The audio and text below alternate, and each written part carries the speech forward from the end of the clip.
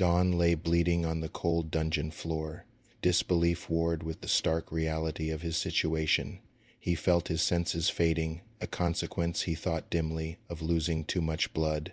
This couldn't be real, from the very moment he'd been ripped from his ordinary life. Everything had felt like a terrifying, impossible nightmare. He knew with chilling certainty that this was how he would die. His mind drifted back to the beginning, exactly 1 month ago.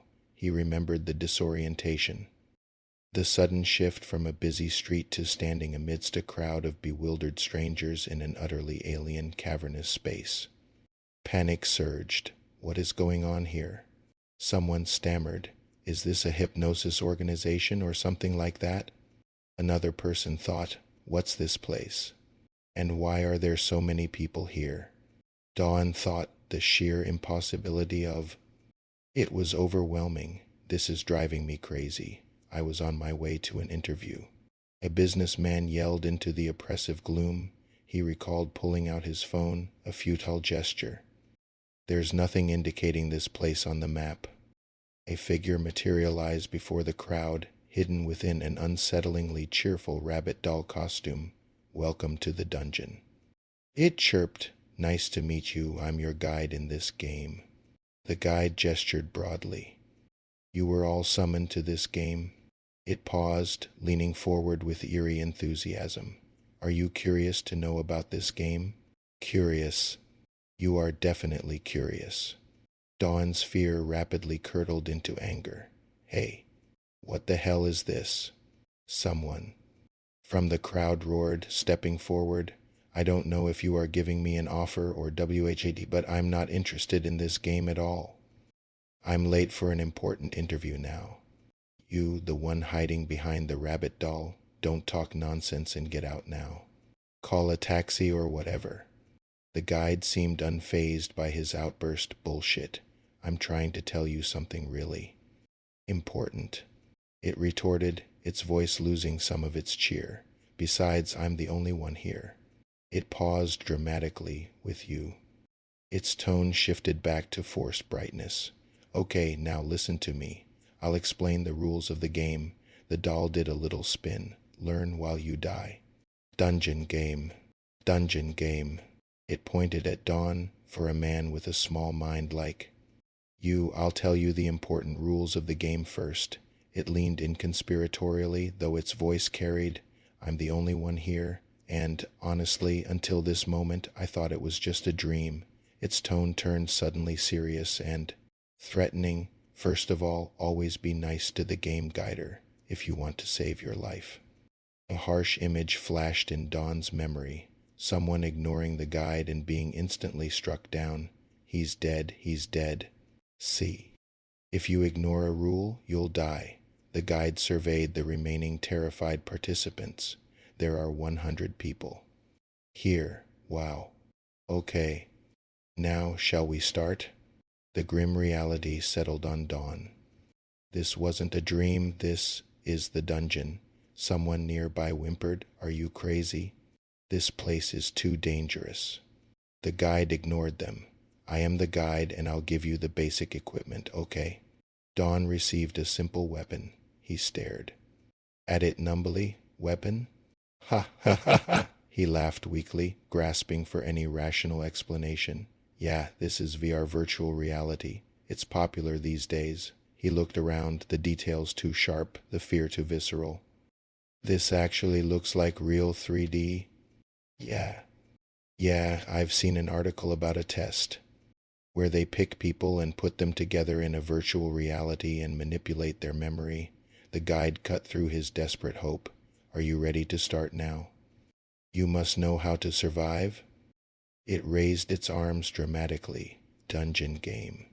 Here we go. And so Dawn recounted, the hell truly began. Monsters lurked in the suffocating darkness. Deadly, unpredictable traps lay hidden around every corner. Survival demanded constant vigilance. Over time, Dawn thought, his present self bleeding, people keep dying. A single mistake, a moment's lapse in guard, meant death. The harsh reality forced brutal choices. Sometimes you have to kill in order to survive. It was a cruel game demanding complete power-up, constant growth, and ruthless efficiency just to stay alive. He remembered the fierce competition for resources. "Give it to me, little bastard." Someone would snarl, "No, wait a second, we were supposed to eat this together." Another would protest, "If I want to give it to you, then I don't mind, so where do you want me to vomit to take it?" Came the vicious retort. Some participants manifested extraordinary abilities, akin to superpowers or magic combat skills often seen in games. Another weapon was given to participants in the dungeon game, Dawn recalled. This was often seen in MMORPGs, a certain manifestation of superpower. He thought bitterly of his own status window. Status window, he mentally labeled it. His skills were useless for combat. Minor abilities like detoxifying meat. They are just non-dominant skills that do not help the battle at all, at best. They are just skills that help detoxify animal meat or monsters. This inadequacy made him a target for scorn, especially from a group led by the ruthless Sung Woo. "Damn you, you should thank me," Sung Woo spat at him during one encounter. "If you hadn't been with us, you would have been dead from the start. You just waste our food and don't even help in fighting. The only good thing you do is don't block our path. If you have a conscience, go from here and don't show us." Your face. Dawn remembered the humiliation, the constant struggle to be useful, to find scraps. He recalled catching Sung Woo hoarding food. "What are you doing?" "Ha, selling woo." Dawn had used the nickname Sung Woo hated. "The food is supposed to be distributed tomorrow." Sung Woo had quickly made excuses.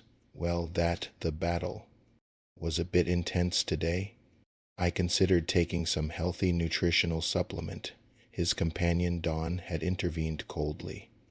"There is no exception. Wait until distribution time tomorrow." Sung Woo had reluctantly backed down. Thanks, selling woo." Dawn had offered a small consolation. "Don't worry too much, Dawn." But the underlying resentment remained. "This is just ridiculous," Sung Woo had muttered later. "Don't care, early tomorrow. The guide said that we will reach the endpoint tomorrow." Dawn remembered his own quiet yearning amidst the despair. "Me too, I want to be a helpful person." But the sentiment felt hollow against the dungeon's brutality. "You will get in trouble if you do more than this," he cautioned himself. The memory sharpened, leading to the present moment. They were navigating a treacherous section. "There are so many traps here." Someone yelled, "Run forward, but don't lose your attention. Do not fall." Came the frantic orders. Dawn, struggling to keep up, thought desperately, "I have to follow them." They reached the infamous Trap 7. The guide, perhaps exhilarated by the danger or simply unhinged, laughed maniacally. "Trap 7 is really exciting. And I think there are traps below too." Sung Woo, terrified and furious, yelled back, "This is crazy." "You should have informed us previously," the rabbit commented with a smug tone. "Also, I suspect the survival rate in this trap is 0%. Panic erupted. The trap activated. Sung Woo. "We don't have time to waste," one of Sung Woo's companions shouted. In that critical moment, Sung Woo made his choice. His eyes met Dawn's, not with conflicted emotion. "I'm sorry, Dawn." Sung Woo's voice held no real remorse as Dawn tumbled into the trap's mechanism. As the trap closed around him, Dawn's last coherent thought before the agony consumed him was bitter irony. "I thought you would face difficulties together and cooperate." Then only pain and the sickening sound of his own body being pierced and torn. He felt himself falling further, landing hard. "Dawn." A voice echoed faintly, perhaps his own conscience or a fading hallucination. No. He might have screamed or only thought. Sung Woo's final, hollow apology drifted down. "I'm really sorry." Alone, broken, and bleeding out in the darkness beneath Trap 7, Dawn's fading consciousness returned to the grim present. The cruel journey replayed, the summoning, the disbelief, the struggle, the useless skills, the bullying, the desperate hope to be helpful, and finally the brutal betrayal at the moment of greatest danger. His journey in the dungeon was ending where it began, in shock, pain, and the crushing weight of an unreal, terrible reality. It's all started at that moment, he thought,